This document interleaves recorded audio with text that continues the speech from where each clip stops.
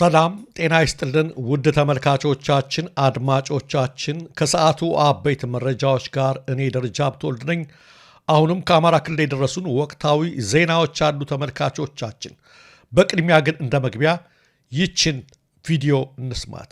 ለመጀመሪያ ጊዜ ካሴቱ የተቃጠለው ሻሸመኔ ቅዱስ ሚካኤል ቤተክርስቲያን ነበር። ታስታውሱ ሰዎች፣ ዘመን ጠበቀ፣ እግዚአብሔር ጊዜ ጠበቀ፣ ሻሸመኔ ለኮሳት። ማንም ሰው አሁን ላይመስለው ይችላል። አንተ ባሪያው እኮ ነኝ። አሁን ያ ሁሉ ተረስቶ ተጠቃን እንዲሆነን እንዴ? አንተ ምን አርገ ነው? ባለማህተሞች የታረዱት አንተ ምን አርገ ነው? ቄሱ የታረደው አንተ ምን አርገ ነው? ቤተ መቅደሱ የተለኮሰው በሳት አንተ ምን አርገ ነው? ወይ አንተ ወይ አባቶች ድሮ ምን አርገው ነው? ሁሌ ተበዳይ አርጎ ራስን ማቅረብ ልክ አይደለም። እንደተከታተላችሁት በጋሻው ደሳለኝ የሚባለው ሰውዬ ኦርቶዶክሶች በአሁኑ ሰዓት ላይ የተገደሉ ያሉት አባቶቻቸው በሰሩት ግፍና በደል ምክንያት ነው። በሻሸመኔም እንደዛ የተገደሉት ያኔ የኔን ካሴት ስላቃጠሉብኝ እግዚአብሔር ለኔ አግዞ ነው የሚል ንግግር ነው የተናገረው። በብዙ ነገር ነው ይሄ ንግግሩ የገረመኝ። ብዙዎች እየተቆጡ ነው በዚህ ላይ በማህበራዊ ሚዲያው በአሁኑ ሰዓት ላይ።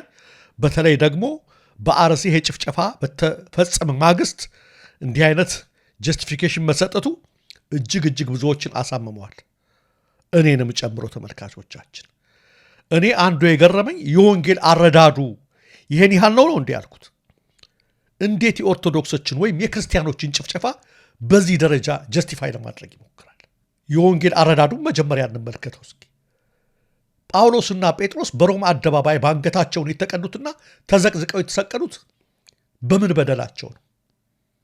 እስጢፋኖስ በድንጋይ የተወገረ የሞተው ስለ ክርስቶስ እየመሰከረ ነው እንጂ በምን በደሉ ነው? በካታኮምብ ግበበ ምድር ክርስቲያኖች ደማቸው ምድርን እስኪሸፍን ድረስ በቄሳሮች የተጨፈጨፉት ምን ኃጢአት ሰርተው ነው? በመከራና በሰይፍ የመጣን ወንጌል እሰብካለሁ የሚል ሰው ኦርቶዶክሶች ወይም ክርስቲያኖች እየተገደሉ ያሉት የእኛን ካሴት ስላቃጥሉ ነው ብሎ በድፍረት በአደባባይ ሲናገር መስማት እጅግ ያሳፍራል፣ ያሸማቅቃል፣ ያሳዝናል።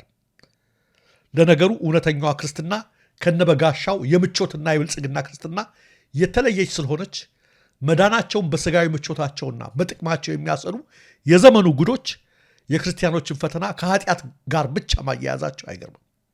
እኛ የምናነበው መጽሐፍ ግን በዓለም ሳላችሁ መከራ አለባችሁ፣ ነገር ግን እኔ አሸንፌአለሁና አይዟችሁ አትፍሩ ነው የሚለው። መከራ የለም አይልም ክርስትና። በውሃ ውስጥ ባለፍ ጊዜ አትሰጥምም ነው የሚለው። በውሃ ውስጥ አታልፍም አይልም። ክርስትና የአልጋ ባልጋ መንገድ አይደለም። የዘመኑ የነበጋሻው ክርስትና ግን ጥቅም ነው። ለዚህ ነው በክርስትና መሞት የእኛን ካሴት ታቃጥለው ነው አለ። በጣም የገረመኝ ወንጌልን የሚረዳው በዚህ መጠን ከሆነ እጅግ ነው የገረመኝ። ማንም ይሄንን መጽሐፍ ቅዱስን በትንቂቱ ያነበበ ሰው የሚረዳውን ነገር አለመረዳቱ ማለት ነው። ሁለት ራሱን እንዴት ነው የሚያየው? ራሳቸው እንዴት ነው የሚያዩት ሰዎች? አያችሁ፣ የዘመኑ ሰባኪያን እንደበጋሻ ያሉት የራሳቸውን እግዚአብሔር ራሳቸው ፈጥረዋል። እግዚአብሔር አይደለም እኮ እነሱ ነው የፈጠራቸው። ራሳቸው የሆነ እግዚአብሔር የሚሉት እኛ ማናቀው ፈጠሩ። ስለዚህ በጋሻው የፈጠረው እግዚአብሔር የእሱ ካሴት ሲነሳ እንደሰማችሁት ምን አደረገ? እሳቱን ለኮሰዋል። እንዲህ አይነት እግዚአብሔር እኛ እናውቅ። እኛ የምናውቀው እግዚአብሔር የምህረት ጌታ ነው። ወንድምህ 7 ጊዜ 70 ይቅር በለው ቢበድል የሚል ነው። ከእንግዲህ አባቶች የወይን ጮርቃ ፍሬ በሉ የልጆችም ጥርስ ጠረሱ የምትሉትን ተረት አቁሙ የሚል ነው። ትንቢተ ሕዝቅኤልን አንብበው። በአባት ስራ በልጅ እያላችሁ አባቶች በበሉት የጠረስ አትሉም። ኃጢአትን የምትሰራ ነፍስ እሷ ትሞታለች፣ ጽድቅን የምትሰራ ነፍስ እሷ ትድናለች ነው። በአዲስ ኪዳንም ክርስቶስ አብርሃም አባት አለን አትበሉ፣ እግዚአብሔር ከእነዚህ ድንጋዮች ለአብርሃም ልጆችን ያስነሳለታል። እናንተ መዳን ካለባችሁ በራሳችሁ ስራ ነው የምትድኑት፣ መቀጣት ካለባችሁም በራሳችሁ ስራ ነው የምትቀጡት ነው። ከየት ነው ያመጣው? በሻሸመኔ የኛን ካሴት ተቃጠለ፣ እግዚአብሔር ከዛ ለኮሰዋል። የራሳቸውን እግዚአብሔር የፈጠሩ። ለነገሩ በጋሻው ያ ሚሊኒየም አዳራሽ ላይ እኮ ትንቢት ሊናገር ሲቃጣው ነው የገረመኝ። በቃ ጠቅላላ መሳቱ ትንቢት ተናገረ።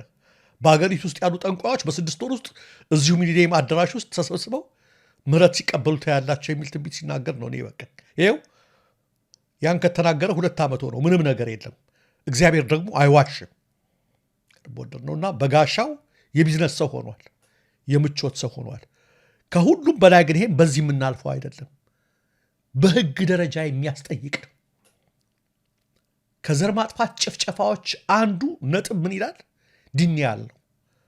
ወንጀሉን መካድ በሻሸመኔ ሆነ በአርሲ በተለያዩ አካባቢዎች በኦርቶዶክሶች ላይ ወንጀል ነው የተፈጸመው። በማንነታቸው ምክንያት፣ በእምነታቸው ምክንያት ወንጀለኞች አሉ ይሄን የፈጸሙ የሚያሳድዱ ማለት ነው። በጋሻው ለነሱ ሁሉ ነው ሽፋን የሰጠ። እነሱ አይደሉም እግዚአብሔር ተቆጥቶ ነው ያመጣባቸው የሚመስል ንግግር ነው የተናገረው። ስለዚህ በህግም ጭምር የሚያስጠይቅ ነው። ምን አይነት ጊዜ ላይ እንደደረስን ግን እጅግ በጣም ያሳዝናል። እንዲህ አይነት ጉዶች ናቸው ምድሪቱን የሞሉት። በመንፈሳዊ ተራሱ ታቤው በእኛ ምክንያት ይሄ ሆነ የሚሉ ማለት ነው። ለምናቸውን? ይሄ ለቢዝነሳቸው ማለት ነው። እንደ ነቢይ ከፍ ብለው እንዲታዩ፣ እንደ እግዚአብሔር ሰው እንዲመለኩ። በጣም በጣም የሚገርም ነው፣ የሚያሳዝን ነገር ነው። የዛችን እናት የዛን ወጣት የምስኪኑን ወጣት በየቦታ ይሉት ተኮርትሞ ደማቸው የፈሰሰው ሁሉ በዚህ መንገድ ጀስቲፋይ ሲያደርጉ እነዚህ አሁን ክርስቶስን ያውቁታል። እጅግ እጅግ በጣም ያሳዝናል ተመልካቾቻችን። በህግ ደረጃ ግን ተጠያቂነት ያለውም አባባል ስለሆነ የሚመለከተው አካል በተለይ የኢትዮጵያ ኦርቶዶክስ ተዋሕዶ ቤተክርስቲያን በዚህ ጉዳይ ላይ አስፈላጊውን ጥያቄ መጠየቅ አለባት፣ ዝም ማለት የለባትም። አሁን ወደ ሌሎች የሰዓቱ አበይት ዜናዎች እናልፋለን።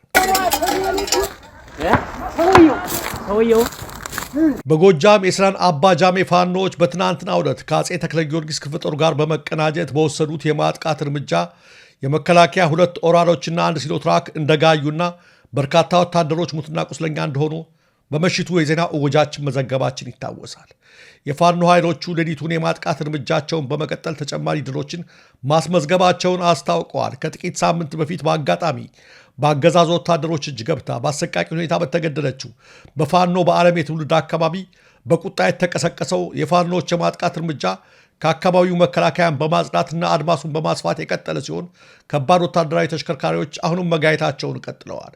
ከፋኖች የተከፈተው ጥቃት እያየለ መምጣቱን ተከትሎ የአገዛዙ ጦር አዛዦች የጦር መሳሪያዎቻቸው እንዳይማረኩ በሚል በሲኖትራክ አስጭነው ለማሸሽ ቢሞክርም ከፋኖች ቃታ ሊያመልጥ አልቻለም። ችቦ እንደተለቀቀበት ደረቅ ነዶ ሲኖትራኩ ከነጫነው መሳሪያ ሙሉ በሙሉ ወደ አመድነት መቀየሩን ለመመልከት ተችለዋል። ትናንት ከማልዳ ጀምሮ በስናን ረቡዕ ገበያ ተጀምሮ በቀጠለው የማጥቃት እርምጃ ከ100 በላይ ወታደሮች ከማለቃቸውን ባሻገር የተማረኩትም እንዲሁ በርካታ መሆናቸው የተገለጸ ሲሆን አጠቃላይ አውደ ውጊያውን አስመልክቶ ዝርዝር መግለጫ እንደሚሰጥ የፋኖ አመራሮች አስታውቀዋል። በአሁኑ ሰዓት ውጊያው ጋብ ማለቱንና አካባቢው ሙሉ በሙሉ በፋኖች ቁጥጥር ስር መግባቱንም ለማረጋገጥ ተችሏል። በሌላ በኩል በወሎ ግንባር ባለሽርጡ ክፍለ ጦር ድል መቀዳጀቱ ተሰምቷል። በምስራቅ አማራ ቀጠና ምኒልክ ዕዝ የምስራቅ አማራ ኮር 1 የባለሽርጡ ክፍለ ጦር በሰሜን ወሎ ዞን ሀብሮ ወረዳ ቀበሌ 32 ኮረበና ጃረቷ በተባሉ ቦታዎች በ3 አቅጣጫ በመጣ የአገዛዙ ሰራዊት ላይ ድል መቀዳጀቱን አስታውቋል። ከቢስቲማ ወደ ከነቦ፣ ከጊራና ወደ ፋጂ እንዲሁም ከጣጣይቲ ወደ ሀብሩ በ3 ጀነራል መድፍና በአንድ ዙ 23 ታጅቦ የባለሽርጡ ክፍለ ጦሩን ለማጥቃትና በክፍለ ጦሩ ነባር ይዞታዎች ላይ ወረራ ለማድረግ የመጣው የአገዛዙ ሰራዊት ስትራቴጂክ ቦታቸውን ይዘው ሲጠብቁት በነበሩት የባለሽርጡ ክፍለ ጦር ፋኖች ከባድ ምት አርፎበት መበታተኑንና ባገኘበት አቅጣጫ በሽሽት ማምለጡን የፋኖ አመራሮች አስታውቀዋል። ትናንት ጥቅምት 23 ቀን 2018 ዓ.ም ወደ ሀብሩ ከተንቀሳቀሰው ሰራዊት ውስጥ ቁጥሩን ለማወቅ በሚያታክት ሁኔታ አብዛኛው ሙትና ቁስለኛ ሆኗል ሲሉም አመራሮቹ ጨምረው ተናግረዋል። ከንጋቱ 12 ሰዓት ጀምሮ እስከ ቀኑ 11 ሰዓት ተኩል ድረስ በቆየው በዚህ አውደ ውጊያ ጥቂት የማይባሉ የነፍስ ወከፍና የቡድን መሳሪያዎችን በምርኮ ማስገባታቸውንም ተናግረዋል። በርካታ አምቡላንሶችና ኦራል ተሽከርካሪዎችም ቁስለኞቹ ወደ መርሳና ወልዲያ ሆስፒታሎች ሲያጓጉዙ እንደዋሉ ከሐኪም ቤት ምንጮችና ከዓይን ምስክሮች ለማረጋገጥ ተችሏል። በዚህ የተበሳጩት የስርዓቱ ወታደራዊ አዛዦች ጊራና ከተማ ባስቀምጧቸው 3 ጀነራል መድፎች የዘወትር ልማዳቸው በሆነው የዘፈቀደ ተኩስ የንጹሐን ቤቶችን ማቃጠላቸውና የንጹሐን ሕይወት መቅጠፋቸው ተሰምተዋል። የኢትዮጵያ መንግስት ሌላ ዙር ጦርነት ለማካሄድ ግልጽ እንቅስቃሴ እያደረገ ነው ሲል ህዝባዊ ወያነ ሓርነት ትግራይ ህወሓት ከሰሰ። ዓለም አቀፉ ማህበረሰብ ይህንን እንቅስቃሴ እንዲያስቆም ሲልም ህወሓት አሳስበዋል። በኢትዮጵያ የሚገኘው የአውሮፓ ህብረት ልዑክ 22 የአውሮፓ ህብረት ሀገራትና ኖርዌይ ደግሞ ከመጪው አጠቃላይ ምርጫ በፊት በፕሪቶሪያ ስምምነት ፈራሚዎች መካከል ፖለቲካዊ ንግግር እንዲቀጥል በጋራ ባወጡት መግለጫ ጠይቀዋል። ህወሓትና የምዕራቡ ዓለም ሀገራት ኤምባሲዎችንን ያሉት የትግራይ ጦርነትን ያስቆመው የፕሪቶሪያ ስምምነት 3ኛ ዓመትን በማስመልከት ትናንት እሁድ ጥቅምት 23 ቀን 2018 ዓ.ም ባወጧቸው የተለያዩ መግለጫዎች ነው። የዘላቂው የተኩስ ስምምነቱ አንዱ ፈራሚ የሆነ ህወሓት በፕሪቶሪያ ስምምነት አማካኝነት መፈጸም የነበረባቸው ተግባራት ተፈጻሚ አለመሆናቸውን በመግለጫው አንስተዋል። በሁለት ዓመቱ ደም አፋሳሽ ጦርነት ወቅት የትግራይ ህዝብ ጭፍጨፋ፣ ጾታዊ ጥቃት፣ መፈናቀልና የንብረት ዘረፋና ውድመት እንደተፈጸመበትም አትተዋል። ይህን ጉዳይ ያስከተለውን ውጊያ ለማስቆም ከ3 ዓመት በፊት የፕሪቶሪያ ስምምነት መፈረሙን ያስታወሰው ህወሓት ይሁን እንጂ ጦርነቱ በዝምታ ከሚካሄድ ዘር ማጥፋት ጋር ቀጥሎ 5 ዓመታት ተቆጥረዋል ብለዋል። በዚህ ምክንያት የተፈናቀሉ ሰዎች መመለስ አለመቻላቸውን እንዲሁም ወራሪ ሲል በጠራው ኃይል ስር የሚኖረው የትግራይ ህዝብ እየተገደለ እየታፈነና በማንነቱ ምክንያት እየተሰቃየ መሆኑን በማንሳት ወንጅለዋል። ሌላው ተመልካቾቻችን አነጋጋሪ ነገር አውሮፕላን ውስጥ ጫት መቃም ይቻላል እንዴ የሚለው የሰሞኑ ጥያቄ ነው። ይህ ጥያቄ ከሰሞኑ ለኢትዮጵያ አየር መንገድ ቀርቦ ተመልክተናል። ከሰሞኑ በአውሮፕላን በረራ ላይ ጫት መቃም እንደተጀመረ እየተነገረ ያለው ወሬ ከፍ ያለ የህግና የሞራል ጥያቄዎችን እያስነሳ ይገኛል። ይህ ተግባር በአገር አቀፍም ሆነ በዓለም አቀፍ በረራዎች ደረጃ ላይ ተፈጻሚነት ያላቸውን ህጎች የሚጥስ ከመሆኑም በላይ ከደህንነት አንጻር ትልቅ ስጋት ይፈጥራል የሚሉ አስተያየቶች በስፋት እየተንጸባረቁ ናቸው። አየር መንገዱ በዚህ ጉዳይ ግልጽና ዝርዝር መረጃ ሊሰጥ ይገባል ሲሉ በርካቶች እየጠየቁ ይገኛሉ። የአሜሪካው ፕሬዝዳንት ዶናልድ ትራምፕ በምዕራብ አፍሪካዊቱ ሀገር ናይጄሪያ ውስጥ እየተባባሰ የመጣውን በክርስቲያኑ ማህበረሰብ ላይ የሚፈጸመውን ግድያና ጥቃት በተመለከተ ከባድ ማስጠንቀቂያ ሰጡ።